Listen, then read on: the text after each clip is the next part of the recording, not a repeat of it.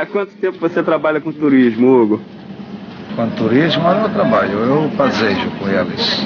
Há quanto tempo? Mais de 20 anos. Há quanto tempo você conhece o Pastor Caio? Mais de 12. 12 anos? Mínimo, eu penso. No mínimo? Aproximadamente, é. É bom trabalhar com ele? Você que pensa? Eu penso que é ótimo, e você? Bom. Então está bem. Se não fosse assim, eu não estaria com ele agora. Eu não trabalho com ele. Ele é um amigo muito, muito querido meu. Eu acompanho ele todas as vezes que ele solicita minha colaboração em Israel. Teu amigo? É, exatamente. O pastor Caio não só pastor, é amigo. Uma pessoa muito, muito querida. E o Brasil não vai ganhar a Argentina no próximo Mundial. É que está escrito aqui, não? Olha aí, dá para olhar. Depois que pegar o...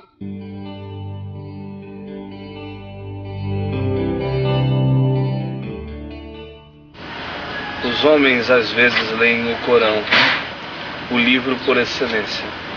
Porém, quem se deleita diariamente com sua leitura, na borda de todos os cálices... Quando você bebe. Na borda de todos os cálices de vinho, triunfa, cincelada, uma secreta máxima de sabedoria que devemos saborear. É a felicidade. É a felicidade. E é bom, porque fora de entrar a ideia niilista, pode com pequenas coisas ser tão feliz. Tem coisas muito... Procede de forma tal que o teu próximo não sofra com a tua sabedoria. Ser grande. Domina-te sempre, jamais te abandones à cólera. Se queres conquistar a paz definitiva, sorri ao destino. Al destino? Sorria ao destino que te azota e nunca azotes a nada. Sabe o que é azote? Não, o que é azote? Azote é quando você pega uma coisa assim... Açoites. Açoites. Olha procede de forma tal que o teu próximo não sofra com a tua sabedoria. Essa frase é maravilhosa. Maravilhosa, é a que continua mais grande ainda. Domina-te sempre, jamais te abandones à cólera. Se queres conquistar a paz definitiva, sorria. Sorria é rio. Sorria é uma assim, é uma risa assim pequena. Sorria ao destino que te açoita e nunca açoites a nada. Se queres conquistar a paz definitiva, sorria ao destino que te açoita e nunca açoites a nada. A nada. Nadie. A ninguém. A ninguém. A nenhum. A ninguém. A ninguém. O destino te azota você, mas você não azota ninguém. Por as coisas da vida, agora vamos ler a gente... tradução portuguesa toda. Procede de tal forma que o teu próximo não sofra com a tua sabedoria. Domina-te sempre, jamais te abandones à cólera. Se queres conquistar a paz definitiva, sorria ao destino que te açoita e nunca açoites a ninguém. Beleza. É beleza, não? É beleza, porque nos momentos mais difíceis, você atua com bravura, pode que você vá afetar alguém. Olha aqui. Ser indulgente com os bebedores. Seja generoso com os bebedores.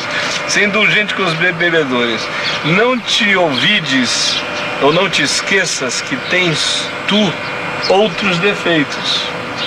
Se queres lograr a paz e a serenidade, pensa nos deserdados da vida e nos humildes que gemem com infortúnio, e tu serás feliz. É grande? Que vale mais? Fazer exame de consciência sentado em uma taverna ou prostrar-te em uma mesquita com a alma ausente? Esse é maravilhoso. Que tá falando? Não me preocupa saber se tens um Senhor, nem o destino que me reserva. Olha só, traduzindo. Que vale mais? Fazer exame de consciência sentado numa taverna ou prostrar-se numa mesquita com a alma ausente? Porque muita gente vai orar, eles estão orando, mas ele, a cabeça... E o cara que está na taverna tomando mais de outro está pensando ele está na pensando em consciência. Deus, da vida dele, da coisa. Não me preocupa saber se temos um Senhor, nem o destino que me reserva. Todo mundo sabe que jamais morrerá. Não. Todo mundo sabe que jamais murmurei a menor oração. Todo mundo sabe também que jamais tratei de dissimular os meus defeitos. Ignoro se existem uma justiça e uma misericórdia. Se elas existem, estou tranquilo, porque sempre fui sincero. Grande. Vamos lá. Além de Omar Khayyam agora, pastor Caio, quem que o senhor gosta em poesia? Além de Omar Khayyam? Eu gosto do Vinícius Moraes. Gosta, Hugo? É. Isso também é muito bom. Olha. Oh, aqui tem uma. O meu poeta preferido. Quem é? Eu não tenho poeta preferido, Salomão. eu tenho poesias preferidas. Mas se eu tiver que dizer qual é o meu poeta preferido, eu fico com Salomão. Acho que o livro que eu mais gosto de ler de sabedoria e poesia é o livro de Eclesiastes. E eu acho o livro de Eclesiastes maravilhoso. É uma pena que lê-se tão pouco o livro de Eclesiastes, porque ele não é um livro voltado para a eternidade, ele é um livro voltado para o tempo, e tem gente que não consegue ver sabedoria eterna no tempo, só conseguem ver sabedoria na eternidade explicitada. Aí perdem a chance de uma leitura que fala do hoje, mas que te remete para além daqui, te dá a base para viver aqui com aquela consciência de que a vaidade, ela é invencível aqui no mundo. O Salomão diz o seguinte, que até a consciência sobre a vaidade é vaidade, que a própria sabedoria que te ensina sobre a vaidade das coisas é vaidosa, e que não há limites para escrever livros, nem para acumular sabedoria, mas que no fim de tudo é tudo vaidade, porque tudo passa e nós voamos. De modo que a grande sabedoria, ele diz, não é nem se saber sábio e nem ser capaz de expor a vaziez da vaidade. A grande sabedoria é temer a Deus e viver bem. Ele diz, teme a Deus e te deleita nessa vida com o amor da mulher da tua mocidade. Alegra-te nela, come o teu pão e bebe o teu vinho, e faz isso diante de Deus, porque separado de Deus, quem é que pode beber ou mesmo se alegrar? Então, até para beber e comer, a gente precisa comer e beber com Deus. E para gozar a vida, a gente precisa gozá-la com temor de Deus. Esse é o paradoxo. O temor de Deus te ajuda a gozar a vida, e a ausência do temor de Deus na busca do gozo da vida só te traz desgosto. É no fim de tudo que Salomão está dizendo no livro de Eclesiastes. Que armas o senhor usa contra as armadilhas da vaidade, pastor Caio? Eu não uso muitas, não. Lê esses dois e depois tem esse outro que está aqui. Eu não uso muitas, Esse não. outro grande que está aqui, fora. Eu não acredito em arma nenhuma contra nada, né?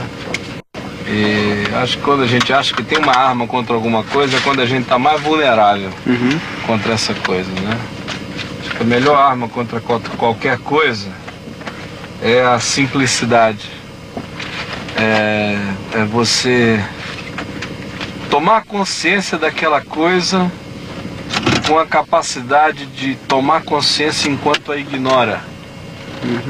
E E aí você faz o registro da existência daquilo, mas não deixa aquela existência registrar em você um valor demasiado. E aí você caminha com certa leveza. Para onde vamos Pela primeiro? vida. Vamos almoçar, lugar, vamos... Olha, descer bebe daqui. vinho. Largo tempo dormirás debaixo da terra, sem mulher e sem amigo. Hoje, ouve esse segredo. Los tulipanos martitos não ressuscitam jamais. Los tulipanes martitos não ressuscitam jamais. Esse outro. Tem o alfarreiro. O que é alfarreiro? Alfarero é o técnico que trabalha para fazer as... Oleiro. Que faz as... Em voz baixa, disse a argila ao oleiro que a amassava: não te esqueças que fui como tu, não me maltrates. Essa aqui é legal. Esse aqui eu gosto. Olha aqui, deixa eu ler agora em português todo. Em voz baixa, disse a argila ao oleiro que a amassava: não te esqueças de que fui como tu, não me maltrates. Esse é grande. E esse outro está aqui.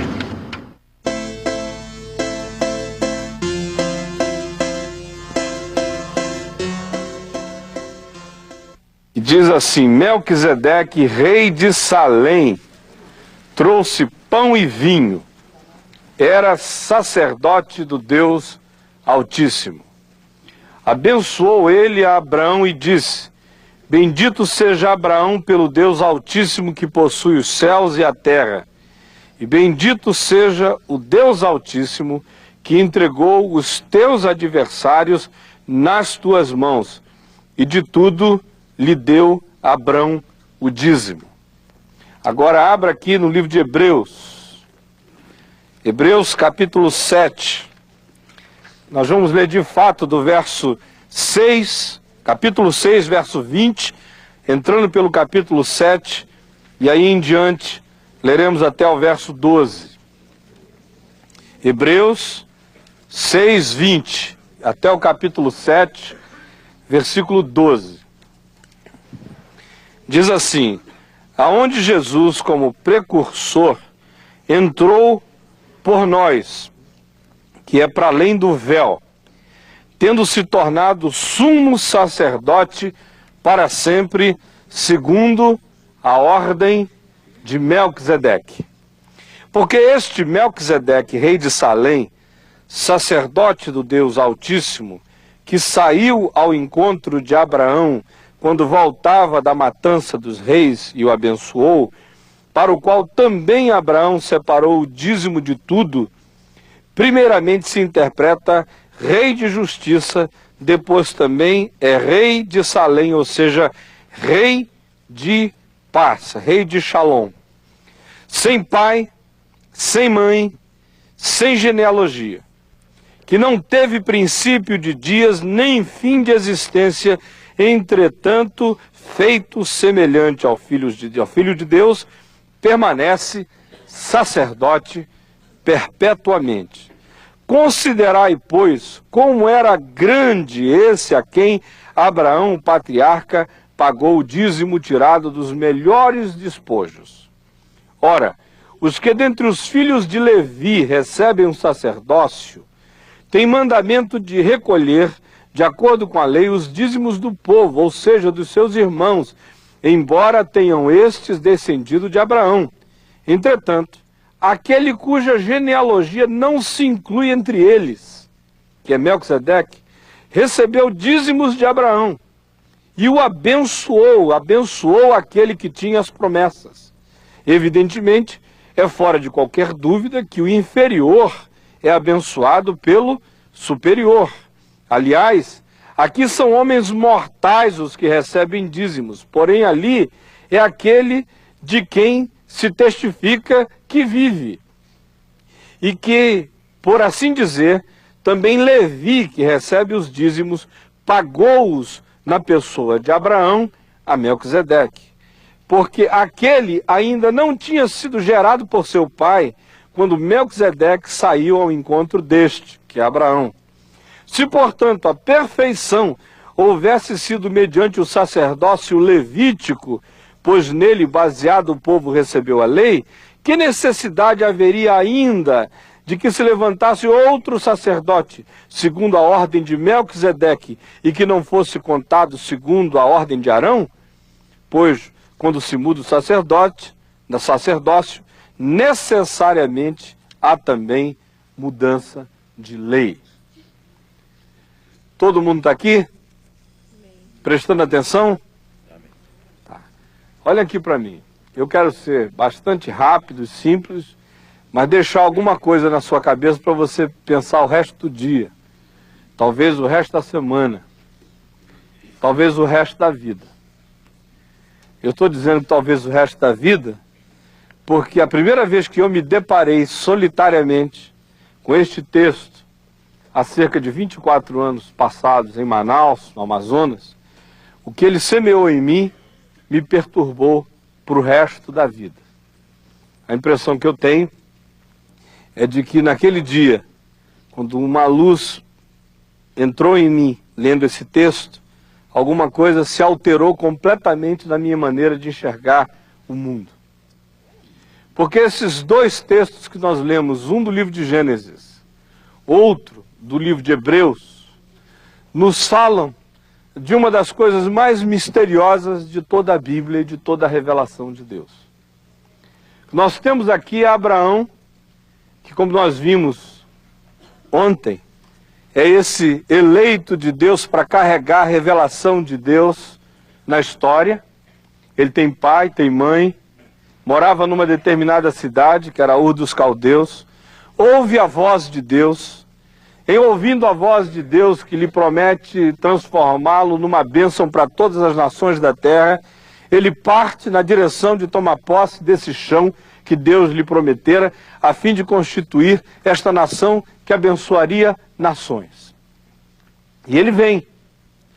E é aí, pela descendência de Abraão, que Deus faz escorrer para dentro da história a sua revelação. Porque primeiro ele se revela a Abraão, Abraão carrega essa revelação para dentro da sua descendência, essa descendência que no início era uma tribo, dominada por um patriarca, se transforma numa nação que se organiza e organizada carrega para dentro do mundo essa confissão de que há um só Deus, Criador do universo. E esse Deus que criou o universo fala e o que ele diz pode ser registrado e está registrado na sua palavra, de maneira que os hebreus descendentes de Abraão acabam se transformando na nação de Israel.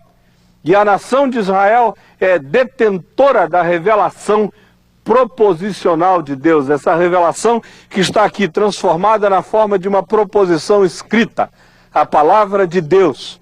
E é essa palavra de Deus que ilumina a consciência do mundo. Esse é Abraão, essa é a história dele, esse é o projeto de Deus para a vida dele. Agora, se diz aqui no texto de Gênesis que nós lemos, que esse Abraão, um dia, depois de ter ido libertar seu sobrinho Ló e enfrentar a reis que haviam se ajuntado numa confederação, numa luta, numa guerra internacional da qual Abraão fez parte, e tendo feito parte do lado vencedor, uma vez vencidos os inimigos, eles os despojaram, tiraram seus tesouros.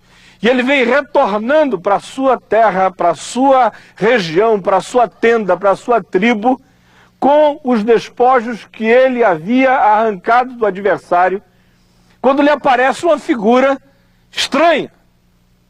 É um homem aqui chamado de Melquisedeque, rei de Salém, o rei de Shalom, rei de paz, o rei de Jerusalém. Esse homem aparece e ele simplesmente chega.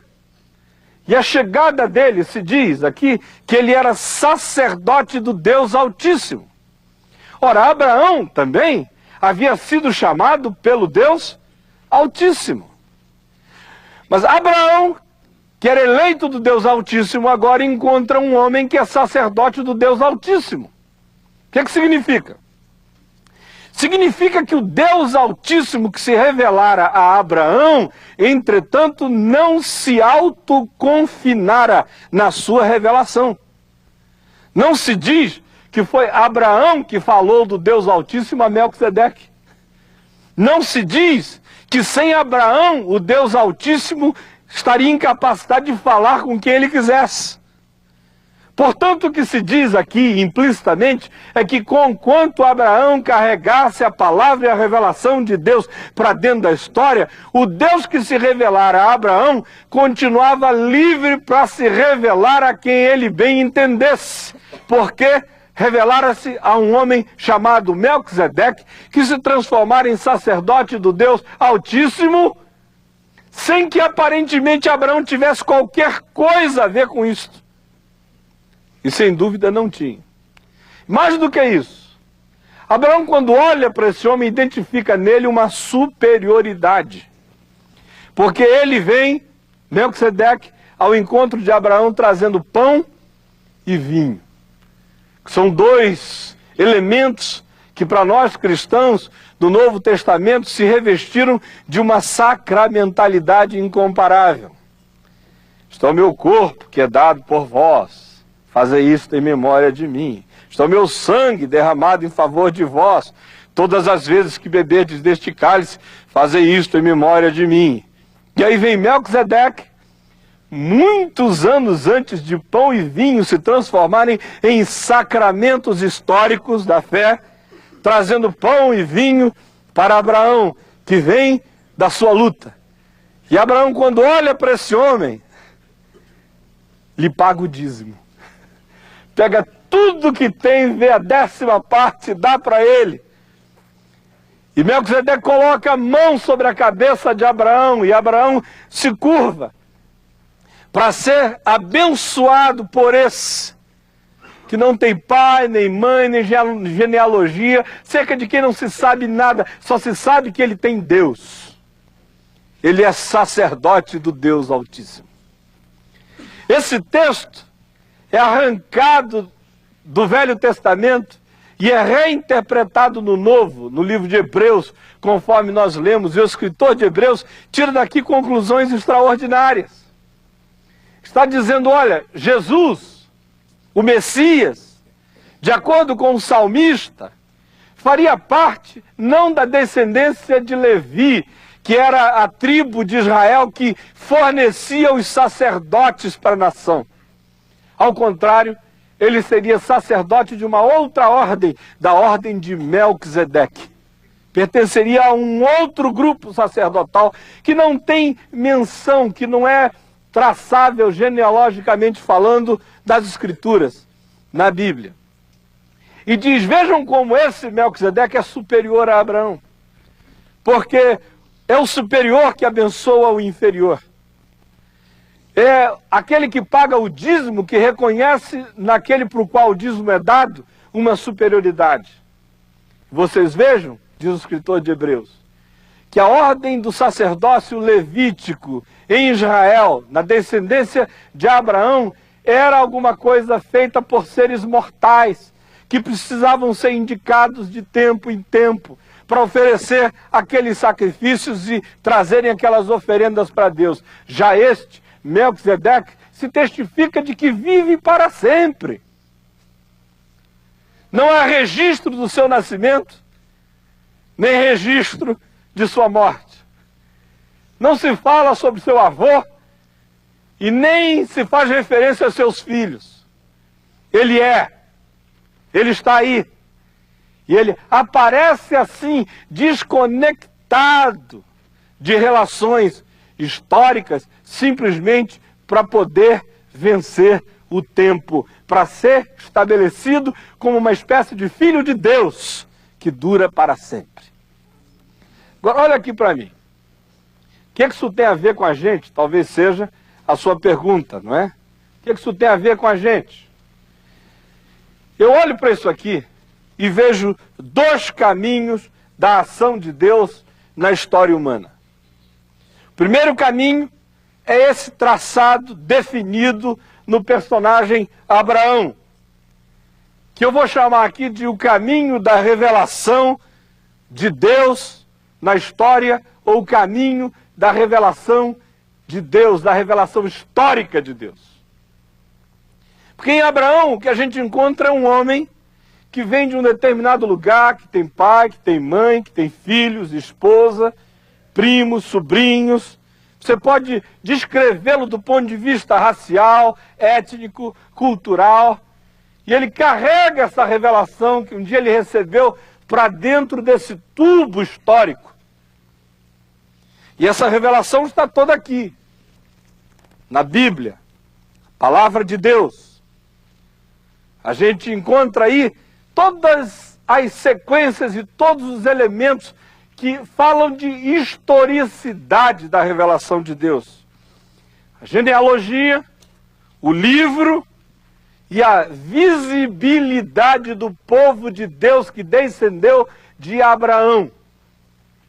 Já em Melquisedeque, esse outro personagem, nós temos um outro caminho da revelação de Deus. É o caminho da revelação eterna de Deus. Em Abraão, a revelação tem começo, tem meio e tem fins afirmados. Em Melquisedeque, a revelação não tem começo, não tem fim. Em Abraão, a revelação ganha nomes de pessoas. Em Melquisedeque, a revelação não tem nome de ninguém. Ela está sujeita ao desígnio e à soberania de Deus de se revelar quando quer e a quem quer e como deseja. Em Melquisedeque, portanto, é clara a afirmação de que nele não se encontra genealogia, nem se fala nem de pai, nem de mãe. Ele simplesmente aparece. Melquisedeque carrega o susto de Deus para dentro da história. Ele é a face surpreendente de Deus. Ele é essa chegada sem pedir licença. Ele é a manifestação do imprevisível. Ele fala dessa liberdade total de Deus de se manifestar, de aparecer aonde quer, como quer, para quem quer. E essa é uma manifestação superior. Essa é a liberdade que Deus tem para ser Deus. Porque se Deus estivesse preso à necessidade de se revelar apenas e tão somente através da descendência de Abraão, Deus estaria confinado na história. Deus estaria completamente limitado aos instrumentos de natureza cultural, social, religiosa que a descendência de Abraão ofereceu a ele. E o grande conflito dos profetas com os sacerdotes no Velho Testamento era esse. Os sacerdotes da descendência de Levi queriam ser os domesticadores da revelação de Deus. Eles achavam que Deus só se manifestava através deles, dos seus ofícios, das suas liturgias e das suas leis. Os profetas, entretanto, corriam paralelamente, fora da curva, insubmissos ao legalismo sacerdotal. Eles diziam: não, Deus é Deus, para se manifestar através de vocês, apesar de vocês ou até contra vocês. De modo que esses dois modos de Deus trazer sua palavra para dentro da comunidade humana estão aqui manifestados. E em Melquisedeque a gente vê esse caminho da revelação eterna desse Deus que simplesmente aparece e que traz um caminho superior. Aí você olha para mim e diz: tá legal, mas e daí? O que isso tem a ver com a gente? Quais são as implicações disso? As implicações, se você quiser pensar, você vai ver que são inúmeras. Se você quiser que eu ajude você a dar uma pensadinha, eu vou tentar, mas eu preferiria que você pensasse por você mesmo. A primeira implicação é que em Abraão a gente encontra a fé que se vê. Por isso que aqui um livro, a gente está onde? Em Israel. baseados exclusivamente em Melquisedeque, nós não estaríamos aqui. Mas vocês vão visitar esses dias aqui aquilo que a descendência de Abraão produziu.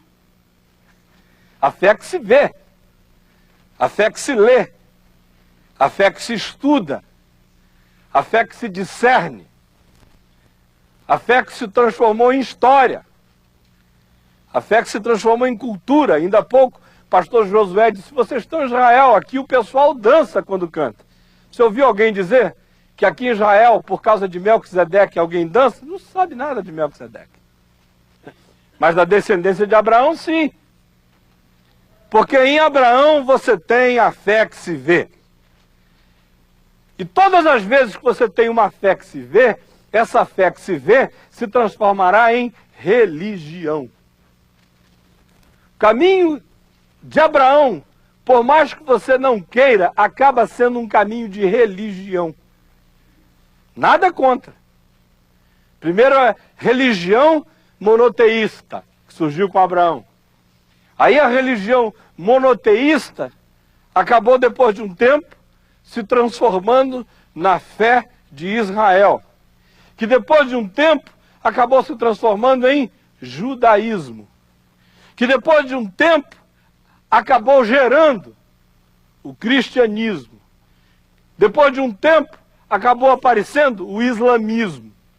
Tudo isso traça as suas raízes históricas para Abraão. Todos nós. Gostando ou não gostando, querendo ou não querendo. Já, entretanto, em Melquisedeque as implicações são outras. Em Melquisedeque, você não está falando da fé que se vê, você está falando de uma relação que se não vê. Porque em Melquisedeque eu não consigo apalpar nada. Eu tenho que me satisfazer com o invisível, com o abstrato, com o mistério, com o surpreendente. Então em Abraão você tem o caminho de Deus através de uma fé que se vê, mas que frequentemente se transforma em religião. Em Melquisedeque você tem o caminho de Deus através de uma fé que se não vê e que dá a Deus a liberdade de alimentar fé no coração de pessoas que estão muitas vezes fora da religião. Em Abraão, a fé sempre toma contornos comunitários. Em Melquisedeque, a fé nem sempre toma contornos comunitários, mas sempre existe como certeza de uma relação inexplicável que alguém nutriu no coração para com o Deus Altíssimo. Em Abraão, eu consigo visitar um povo, uma igreja, uma comunidade. Em Melquisedeque, eu não consigo visitar um povo, uma igreja, uma comunidade. Eu apenas consigo dizer: quem sabe Deus se revelou a ele. Quem sabe? Só Deus sabe como. Pode ser que não tenha dado tempo de um missionário chegar, de um pastor aparecer, mas quem sabe foi um sonho. Quem sabe foi como Gabriel, que entrou nos sonhos de José e falou: José, não temas receber Maria como tua mulher, porque o que nela foi gerado é do Espírito Santo. É um caminho paralelo. Não tem púlpito, não tem mesa. Não tem diáconos, presbíteros e nem rabinos. Tem anjos e tem liberdade divina de falar. O caminho de Abraão é o caminho que dá segurança, tem fronteira, que tem chão, tem teologia, tem doutrina, tem certeza. É o caminho para cada um de nós na comunidade humana trilharmos todos os dias. O caminho de Melquisedeque não é caminho do homem, é caminho de Deus. O caminho de Abraão é caminho do homem. O caminho de Melquisedeque é o caminho de Deus. Eu não ando no caminho de Melquisedeque, eu só consigo andar no caminho de Abraão. Deus é que anda no caminho de Melquisedeque, porque é um caminho invisível. Eu só vejo os rastros dessa passagem de vez em quando. Eu digo, oh, esteve aqui. Ah, passou por aqui. Ah, eu não sabia. Olha ele ali. Eu só vou registrando isso. Por que é importante saber desses dois caminhos? Porque se eu sei do caminho de Abraão, eu caminho com o povo de Deus. Mas se eu sei do caminho de Deus através de Melquisedeque, eu não ando arrogantemente como o povo de Deus, achando que sem mim Deus está perdido. Eu fico sempre achando que Deus pode dar uma volta em todos nós, de repente. Uma volta para o bem. Aquela volta de fazer você... Eu não sabia que ele tinha feito isso. Como aquele missionário que chegou numa ilha, na Indonésia, uma das muitas ilhas. E quando ele chegou lá, encontrou um povo que nunca tinha sido visitado por nenhum missionário cristão e que sabia a história toda de Jesus e que era capaz de recitar de cor o Evangelho de Marcos. E aí, quando ele foi descobrir como é que isso aconteceu, alguém disse é que nós tínhamos aqui um grande bruxo. E o bruxo ficou cansado dos espíritos e dos deuses. E um dia ele pegou toda a sua bruxaria e queimou no meio da tribo. Olhou para cima e disse, eu não aguento mais isso. Se há um Deus maior do que isso, tudo isso, fale comigo hoje à noite. Foi dormir, teve um sonho. E apareceu a ele um varão vestido de branco, que disse, escreve o que eu vou te contar. E ditou para ele todas as palavras do Evangelho de Marcos. E no dia seguinte, quando ele levantou, ele não sabia onde era, como era, quando tinha sido, onde acontecera, mas sabia que o nome do Senhor da vida dele era Jesus. Sabia que curava os doentes, andava sobre as águas, abria os olhos aos cegos, libertava os oprimidos e era o Salvador do mundo. E ele e a tribo toda passaram a chamá-lo de Deus. Que caminho é esse? É o caminho de Abraão? Esse é o de Melquisedeque. Eu toda hora vejo pessoas preocupadas. O que vai acontecer com os índios que nunca ouviram falar? Com civilizações inteiras que se extinguiram e nunca chegou ninguém para falar de Abraão, de Isaac, Jacó, nem tampouco de Jesus. Eu digo, olha, se depender só dos missionários de Abraão, Isaac e Jacó, e só do caminho de Abraão, o mundo inteiro, 90 e tantos % desse planeta se perderam. Mas Deus, sem irresponsabilizar os filhos de Abraão, que precisam ser missionários dessa fé, que precisam carregar essa história, que precisam proclamar essa convicção, que precisam anunciar essa porta, esse caminho de salvação, sem irresponsabilizá-los de nenhuma dessas coisas, Deus chega e diga, vá até os confins da terra, pregue para todas as criaturas, leve a palavra da fé revelada a Abraão e que ganhou sua densidade histórica na vida, morte e ressurreição de Jesus de Nazaré. Agora, não faça o juízo final por mim. Não faça. Porque pode ser que aonde você não tenha chegado, eu tenha chegado. Pode ser que aonde você nem sabia que havia alguém, eu, que para quem não há ninguém que tenha existido fora do meu desejo, tenha resolvido abraçar quem você não teria nem peito de abraçar. Faça a sua parte, mas não seja Deus por mim. Porque eu vou continuar a ser Deus, aonde quer que eu queira ser. Então eu e você caminhamos com a fé de Abraão. Agora devemos fazer isso com o coração quebrantado daqueles que reconhecem que existe uma ordem superior, ao qual Jesus pertence, porque ele é sacerdote para sempre, segundo a ordem de Melquisedeque. Em Abraão, você tem o Cristo histórico, Jesus de Nazaré.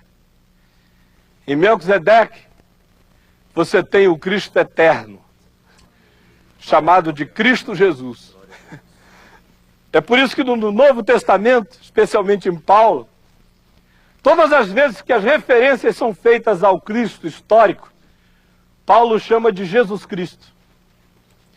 Todas as vezes que ele está falando do Cristo eterno, ele está falando de Cristo Jesus. Então o que eu queria dizer a você hoje? Jesus é da descendência de Abraão e é da ordem sacerdotal de Melquisedeque. Por isso, ele é salvador dos que sabem, pode ser salvador dos que não sabem. Por isso, ele age na vida de nós que o chamamos pelo nome, enquanto tem a liberdade de chamar pelo nome aqueles que não sabem o nome dele. Isso nos coloca numa posição de extrema gratidão e segurança. Nós pertencemos à comunidade da fé que tem sua origem no patriarca Abraão, mas também nos mantém em extremo quebrantamento, porque Jesus é da ordem de Melquisedeque. Não precisa dos canais históricos para se revelar quem quer que seja. Por isso, eu agradeço o fato dele ter se revelado a mim e mantenho meu coração humilde, porque eu não sei a quem mais ele se revelou.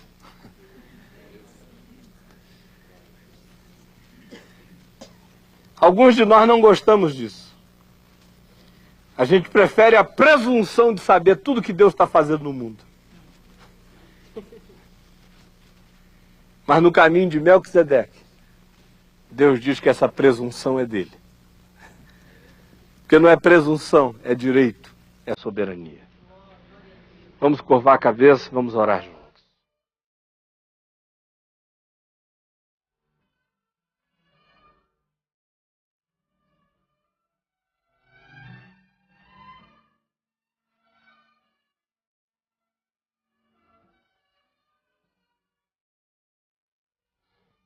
Senhor Jesus, que pertences à ordem superior de Melquisedeque, que és eterno, que não tens princípio de dia e nem fim de existência,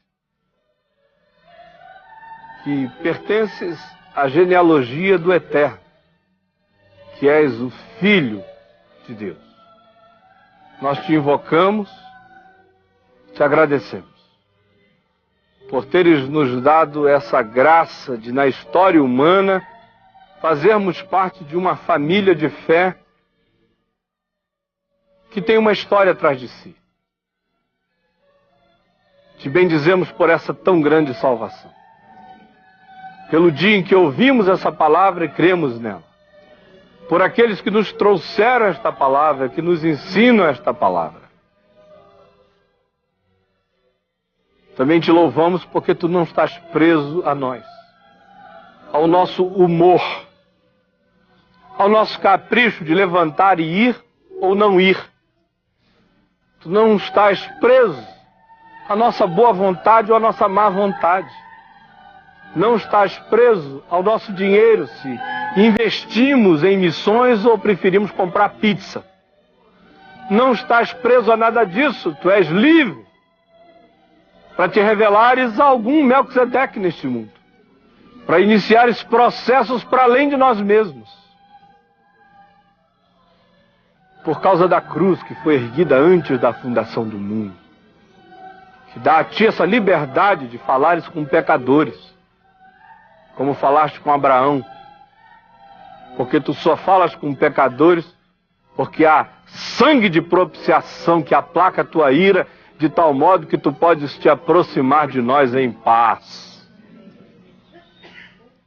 Quero pedir hoje que o Espírito Santo arranque de nós as nossas vaidades religiosas as nossas presunções, a nossa arrogância, nossa estupidez, às vezes aquela ortodoxia mandona, patrulheira.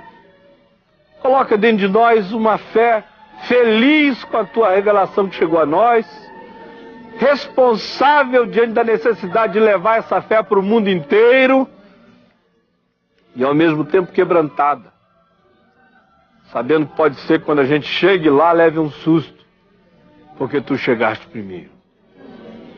Quero pedir agora que tu abençoes o resto desse dia. Não só esse dia, que tu ponhas essa tua palavra na nossa mente, no nosso coração, para o resto da nossa vida. E que seja assim, em nome de Jesus. Amém.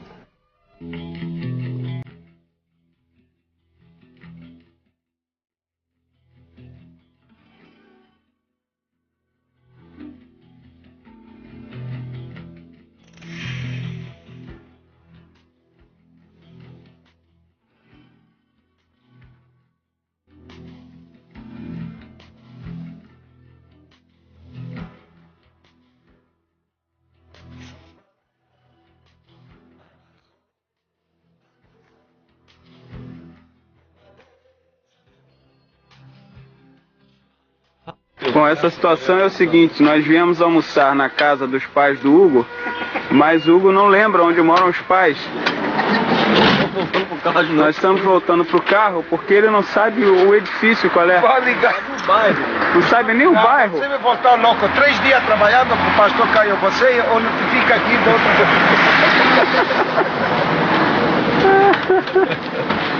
Hugo, deixa que eu levo. Você quer que eu dirija até lá? Eu fui na casa do teu pai há 10 anos atrás e não me esqueci. É pra cima. Não, é aqui ao lado. Eu sei, mas não desce, sobe, né? O Hugo finalmente encontrou, e graças a Deus ele encontrou, a casa dos pais. Porque nós estamos tendo nós viemos almoçar aqui. Essa é a mãe do Hugo, o pai do Hugo. Que se volvió millonaria, que tenía tiendas, que era pobre, etcétera, etcétera. La en Inglaterra que hizo la cadena de... ¿Te acordás vos? ¿El dólar se llamaba? ¿Cómo se llamaba? Pero esto pusimos para... ¿Te acordás cuál era la novela? Tiene música. Una mujer que... Nós vamos almoçar aqui. ¿Tenés el libro todavía? Ainda tem música no licor. Além de delicioso, é musical. Esse é um licor feito pelo pai do Hugo. Maravilhoso. 1981, quando eles moravam em Jerusalém. Ou seja, vocês que vão assistir pela televisão já podem ficar aí com inveja, porque é maravilhoso. Que doçura.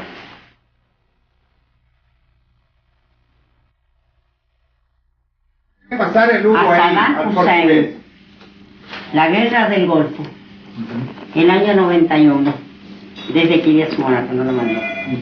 Llego a usted con todo respeto, con toda admiración, con todo aprecio. Valoro enormemente vuestra obra, vuestro sufrimiento y vuestra dedicación por dar a vuestro pueblo lo mejor, enaltecerlo, darle bienestar social, económico y educativo. Y usted, ha usted manejado un pueblo valiente, luchador, constante, y logró triunfar sobre el enemigo, después de tan larga lucha.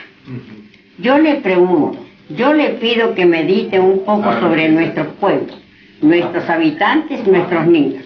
Un pueblo humilde, consciente, trabajador, no guerrero, que ha dado al mundo tan grandes aportes en tecnología, medicina, etc. Quiero saber, ¿por qué nos amenaza con las peores armas que pueden destruir todo el mundo? ¿Qué se ganaría con esto? ¿Quiénes serían los perjudicados? Podemos ser nosotros los judíos y sus hermanos árabes también, o todo el continente, ¿verdad? No sabemos quién podría ser destruido, podría ser destruido en esta prueba de fuego. Usted y su pueblo, yo y mi pueblo, solo Dios sabe el secreto de tan terrible decisión. ¿Cuál sería el final? Usted lo ha calculado, usted lo sabe, yo lo sé. Usted, señor Hussein, nació en un hogar árabe, musulmán. Yo nací en un hogar judío. La cuestión nacionalidad y religión es fruto de caprichos del destino. Podríamos haber nacido al contrario, ¿verdad? Ser usted judío y ser yo musulmán. Anoche me encontré. Que carta linda.